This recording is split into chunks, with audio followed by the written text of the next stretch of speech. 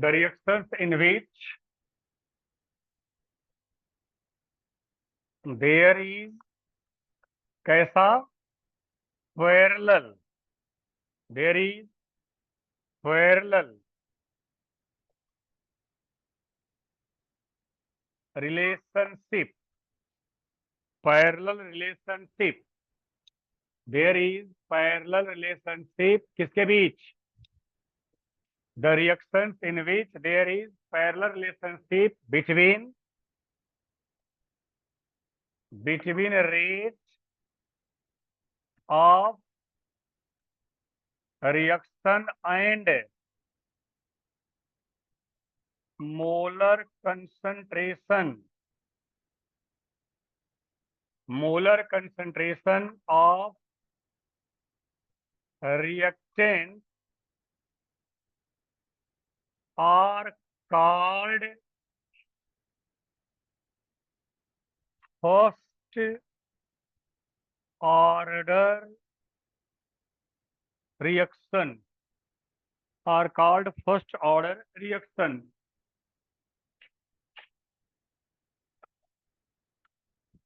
ये तो हो गया पहला डेफिनेशन। दूसरा वाला पैरा से लिखो, the reaction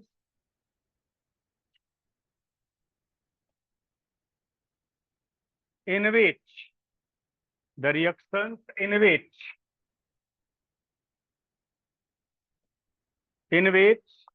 the rate depends on the first, बोलो, first power of the molar concentration, first power of the molar concentration of reactant are called first order reactions.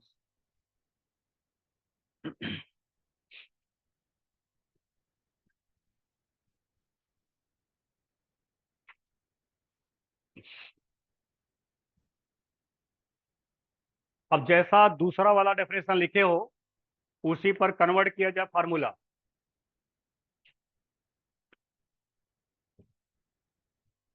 यहां तक हो गया, चलिए आगे लिखिए। Consider following general reaction. Consider following general reaction. A gives product. A gives product according to rate law. According to rate law. According to rate law तो क्या लिखोगे? Rate of reaction directly proportional to active mass of A. अब active mass of A लिखा तो power already कितना हो गया? 1 हो गया। जिसको दिक्कत हो यहां लिख सकता है पावर 1, या फिर rate of reaction is equal to K1, 0 for 0 order और 1 फॉर फर्स्ट ऑर्डर। ये हो गया active mass of A, where K1 rate constant for first order reaction. K1 rate constant for first order reaction. अब इसकी K1 की value हमें निकालनी है। इसी K1 की वैल्यू के लिए हम लोग जैसे उसमें निकाले थे K0 की वैल्यू x/t आया था, वैसे ही हम लोग K1 की वैल्यू को फाइंड आउट करेंगे।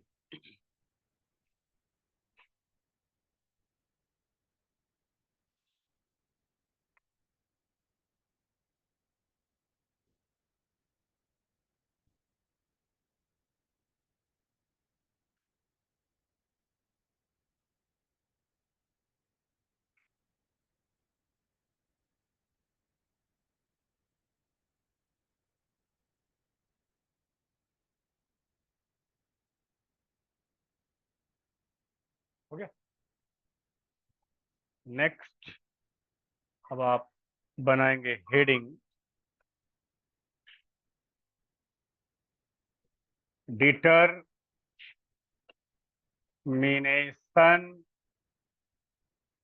Of K1। Determination of K1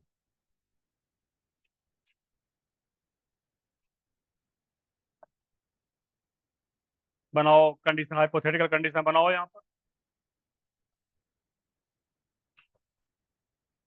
consider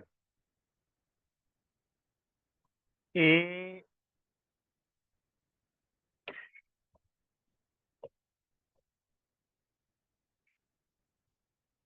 A gives P. यही कहानी आप यहाँ पर ले चलें। दो कंडीशन अप्लाई कर दो।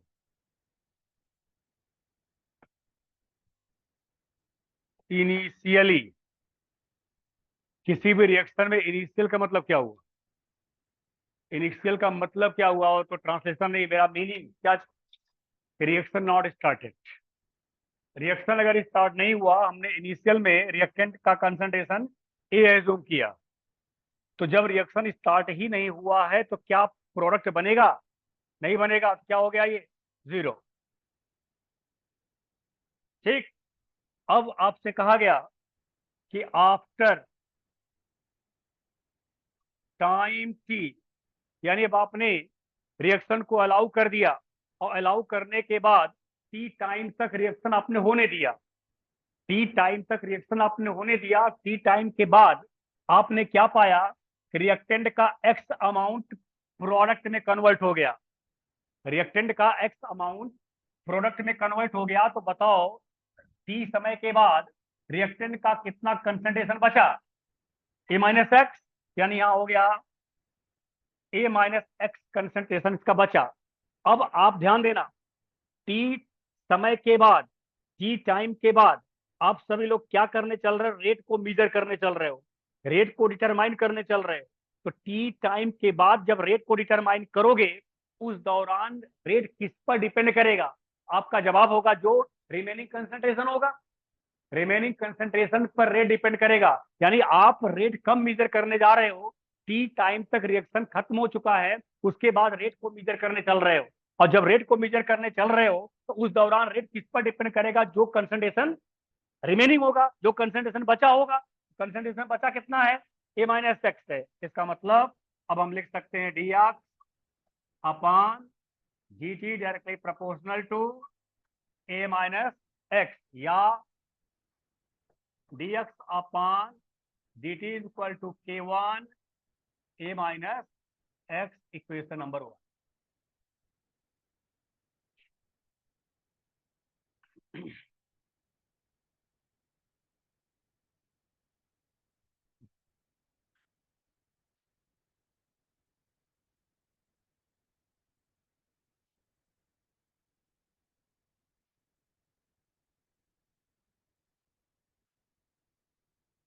अब आपको जो भी कुछ करना है इसी के साथ करना है, इक्वेशन नंबर 1 के साथ ही करना है।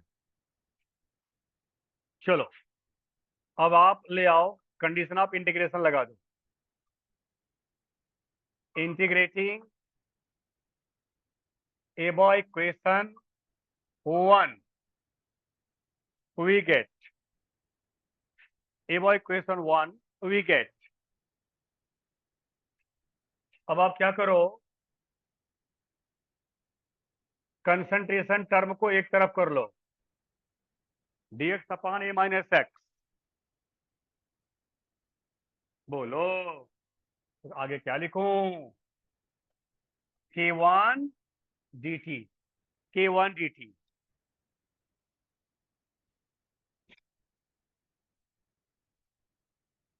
ठीक है, अब इसका कर दो integration. dx a minus x, 1/x का केस बन गया। ये पूरी की पूरी वैल्यू क्या हो गई? x मान लीजिए तो 1/x का केस हो गया। k1 को बाहर करो और ये हो गया आपका dt। जब विदाउट लिमिट आप इंटीग्रेशन करोगे तो इंटीग्रेशन कांस्टेंट यूज करोगे। ठीक है, तो इंटीग्रेशन कांस्टेंट यूज करने का दो तरीका आपको सिखाया गया होगा, पढ़े होंगे आप। यहीं पर हम प्लस आई कर दें या हम इंटीग्रेट करने के बाद प्लस आई कर दें, वो आपके ऊपर डिपेंड करेगा। कि 1/x का केस है। और एक चीज मेरे मेरा कॉन्सेप्ट याद कर लो, ऐसा नहीं कि मैं ही बता रहा हूँ, पहले भी आप जानते होंगे। ये कांस्टेंट वैल्यू है, ए कांस्टेंट वैल्यू है और एक्स जो है वेरिएबल है। अगर ए माइनस एक्स के पावर 1 हो और वेरिएबल के पहले नेगेटिव साइन हो, तो आप साइन नेगेटिव साइन को बाहर कर लीजिए। नेगेटिव साइन को बाहर कर लीजिए और जब इसका इंटीग्रेशन करोगे हो जाएगा लोन ए माइनस एक्स। इसका हो गया लोन ए माइनस एक्स। इधर हो गया आपका k1 dt का क्या हो जाएगा? t और प्लस आपका हो गया आई। Equation number 2। दूसरा तरीका है a माइनस एक्स जो आपके पास है ना, इसको मान लीजिए क्या t। पहले इसको आप डिफ्रेंशिएट कर दीजिए। जब इसको डिफ्रेंशिएट कर देंगे तो क्या मिलेगा? माइनस ये जीरो हो जाएगा ना। Minus D X equal to क्या हो गया? डी टी हो गया। माइनस साइन ऑलरेडी आया कि नहीं आया? माइनस साइन आ गया, माइनस साइन को बाहर कर लीजिए और उसके बाद इसको इंटीग्रेट कर दीजिए आप। तो अब यहाँ आई की वैल्यू निकालनी है। सुनो, अगर आपने इंटीग्रेशन कांस्टेंट यूज कर दिया और आपको उसकी वैल्यू निकालनी है, तो आप कंडीशन आप इनिशियल लगा देंगे। इनिशियल कंडीशन का मतलब क्या हुआ? Reaction start. जब रिएक्शन स्टार्ट नहीं हुआ है, क्या क्या यहाँ जीरो है? भाई आपका एक्स जीरो है। ये तो कहीं भाई ये तो आपका इनिशियल कंसंट्रेशन है ही, वो कैसे जीरो हो जाएगा? एक्स आपका जीरो होगा लेकिन टी भी जीरो होगा। टी भी जीरो होगा, यानी when T is equal to zero, X is equal to भी क्या? Zero. T is equal to zero, X is equal to zero, यानी रिएक्शन नॉट स्टार्टेड। तब कहानी क्या बनेगी? बोलो। माइनस लोन A is equal to I. क्या बोलते हो? मिला लीजिए, ये बनेगा। आई की वैल्यू को 3 से 2 में पुट कर दीजिए।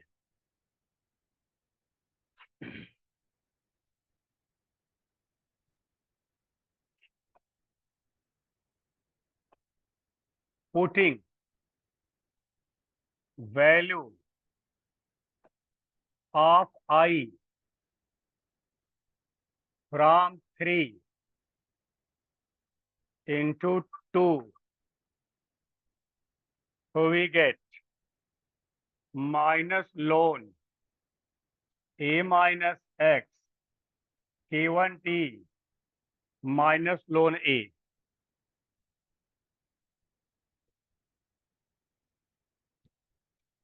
बोलो कहीं ना। अब क्या करो? कंसंट्रेशन टर्म को एक तरफ कर लो।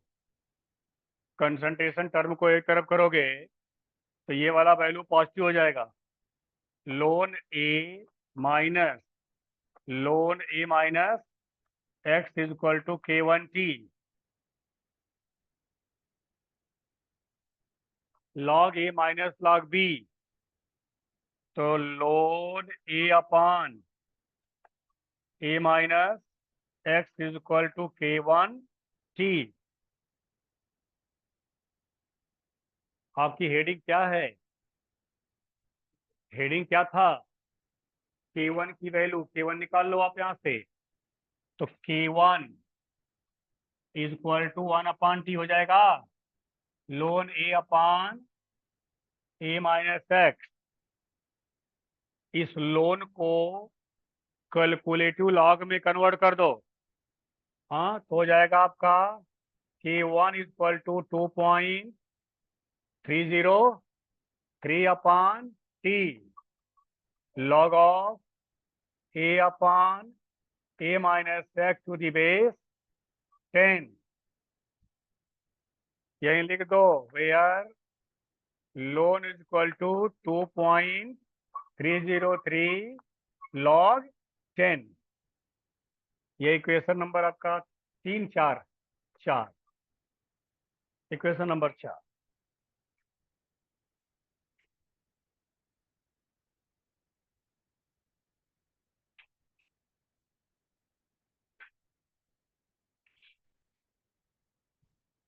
अब आपका ये K1 की वैल्यू आपके सामने आ गई, तो अब आप उसी की यूनिट निकाल लो. Unit of K1, unit of K1 निकाल लीजिए. यूनिट ऑफ K1 तो क्या हो जाएगा? K1 बराबर क्या है? 2.303 upon T log of A upon A minus x. ठीक है, तो जरा देखिए, K1 2.303 अपॉन सेकेंड, बोलो, और इधर लॉग, ये हो जाएगा ए मतलब मोलर कंसंट्रेशन, उसकी यूनिट मोल पर litre upon A minus x भी क्या होगा? मोल पर लीटर. ये मोल पर लीटर कैंसिल हो गया, गणित मत लगा देना. लगा देंगे, अच्छा अच्छा 1 हो गया, log 1 इक्वल टू 0, सब 0 हो गया. नहीं, आप उस इक्वेशन के लिए यूनिट निकाल रहे हो, तो ये यूनिट कैंसिल हुई है, तो बचा क्या? केवल पर सेकेंड बच गया. यानी फर्स्ट ऑर्डर रिएक्शन के लिए रेट कांस्टेंट के यूनिट टाइम इनवर्स अर्थात सेकेंड इनवर्स होता है. तो क्या K1 कंसंट्रेशन पर डिपेंड हुआ? नहीं हुआ, तो केवल आपका समय पर डिपेंड है. यानी फर्स्ट ऑर्डर के लिए रेट कांस्टेंट की वैल्यू केवल टाइम पर डिपेंडेंट है.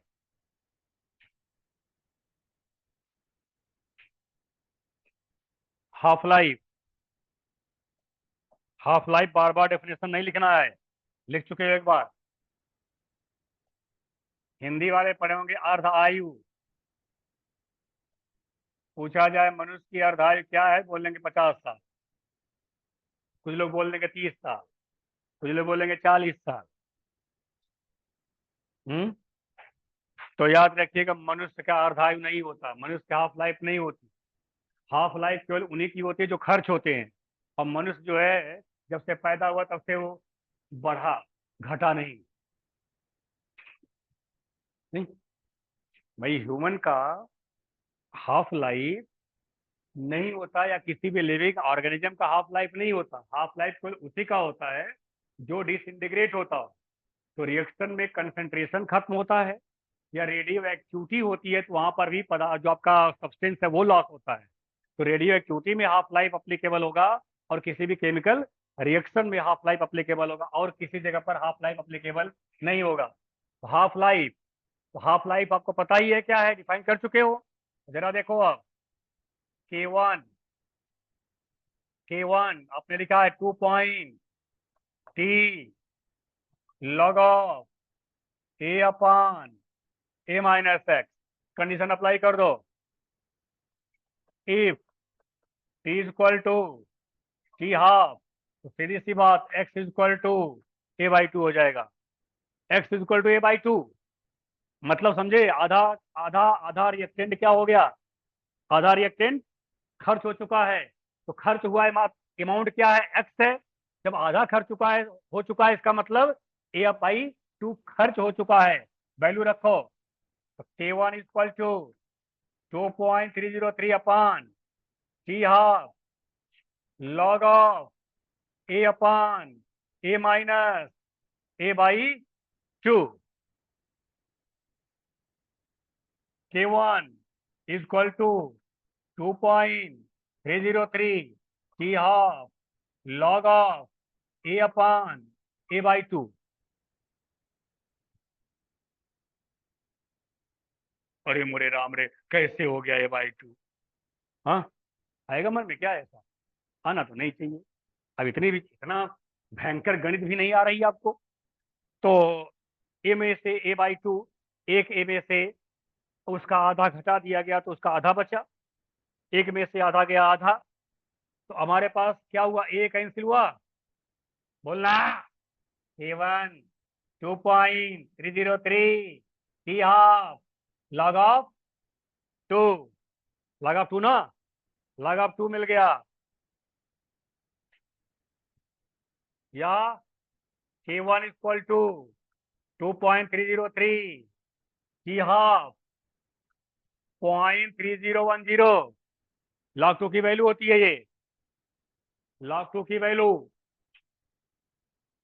10 log to the base 10 0.3010, ये इतने में जब ये वाला मल्टीप्लाई करोगे यही आएगा 0.693 अपान आपका ये टी हाफ, ये रिलेशन मिलेगा। K1 और टी हाफ का यही रिलेशन मिलेगा। तो क्या K1 के इस इक्वेशन में कहीं कंसंट्रेशन आया? नहीं आया, यहाँ फिर टाइम आया। यहाँ आपका हाफ लाइफ टाइम ही तो है, तो टाइम फिर आया, इसका मतलब K1 depend on time, not on concentration or molar concentration.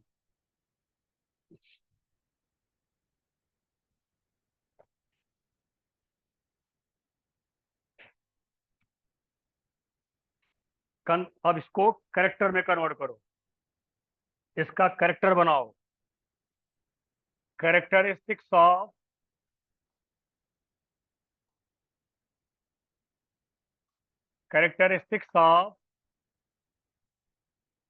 First order reaction. मैंने आपको बोला किसी भी ऑर्डर का पहला कैरेक्टर उसका डेफिनेशन लिख दो आप।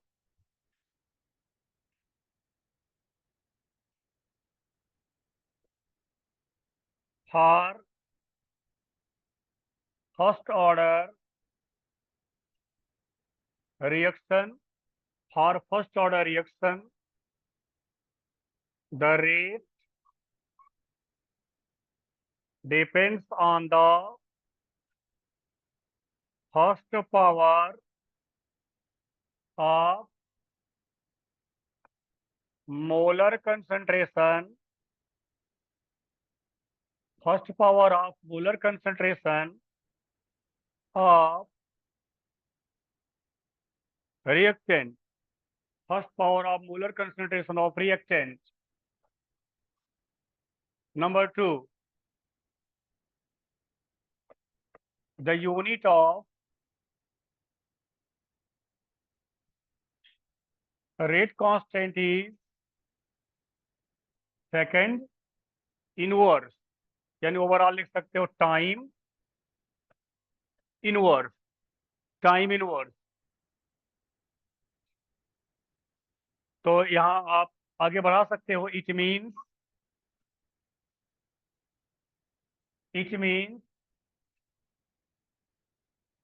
The rate constant is independent of molar concentration of किसके? Reactant, of reactant, independent of molar concentration of reactant. Number 3,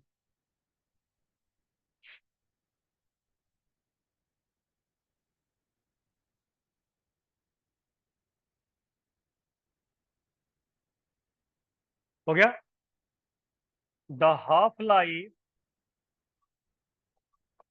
अरे भाई जो इक्वेशन हाफ लाइफ वाला लिखे वहां कंसंट्रेशन नहीं है, तो हाफ लाइफ भी क्या होगा?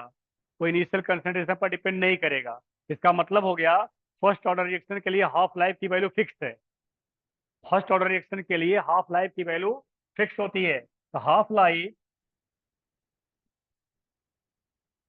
half life for first order reaction is independent of initial molar concentration of reactant। तो ये बताओ, जब हाफ लाइफ इंडिपेंडेंट है तो क्वार्टर लाइफ भी क्या होगा? यानी कोई भी लाइफ इंडिपेंडेंट होगी। चाहे क्वार्टर लाइफ की बात कर लो, चाहे 3/4 लाइफ की बात कर लो, किसी भी तरह के लाइफ की बात करो, वो सब इंडिपेंडेंट होंगे किसके? इनिशियल कंसंट्रेशन ऑफ रिएक्टेंट के। हो गया। अगला पॉइंट, पॉइंट में भी 5 4 4 4 4 when a graph is plotted between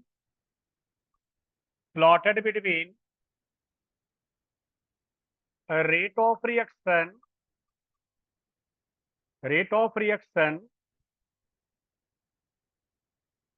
and molar concentration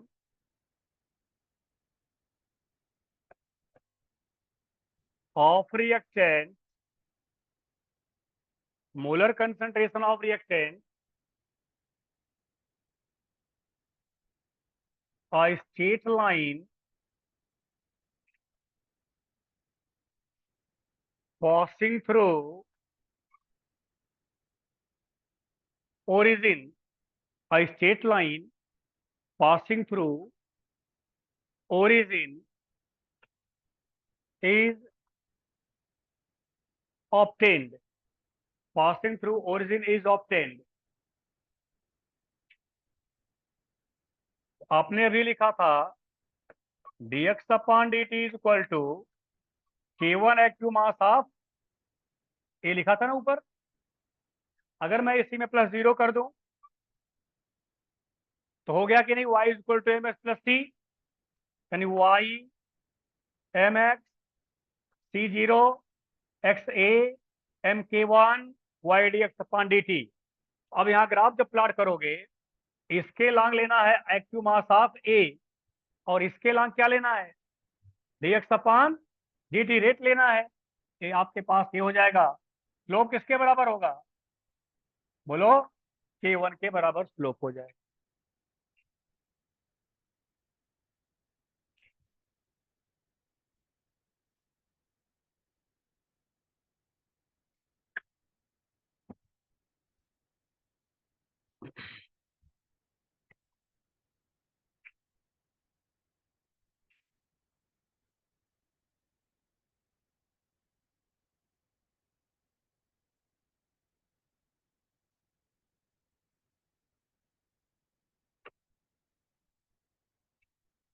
हो गया।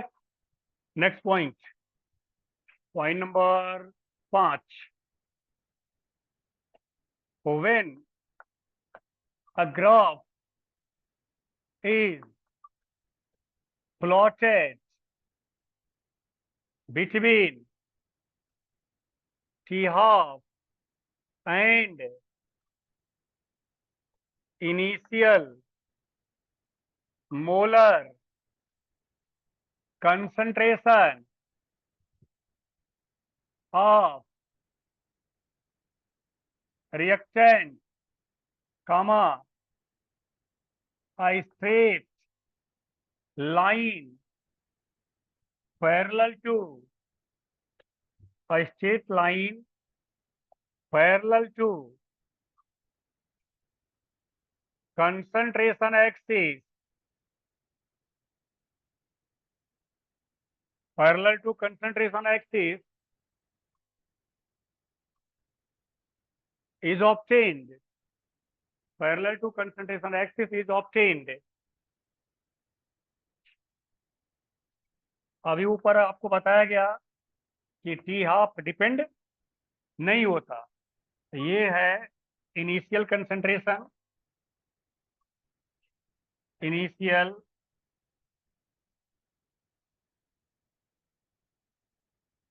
Molar concentration. ग्राफ आपका ऐसा मिलेगा। इस तरह का ग्राफ अगर टी हाफ और मोलर कंसंट्रेशन के बीच मिला तो समझ लेना वो रिएक्शन आपका फर्स्ट ऑर्डर का है। फर्स्ट ऑर्डर के रिएक्शन के लिए ऐसी कहानी बनेगी।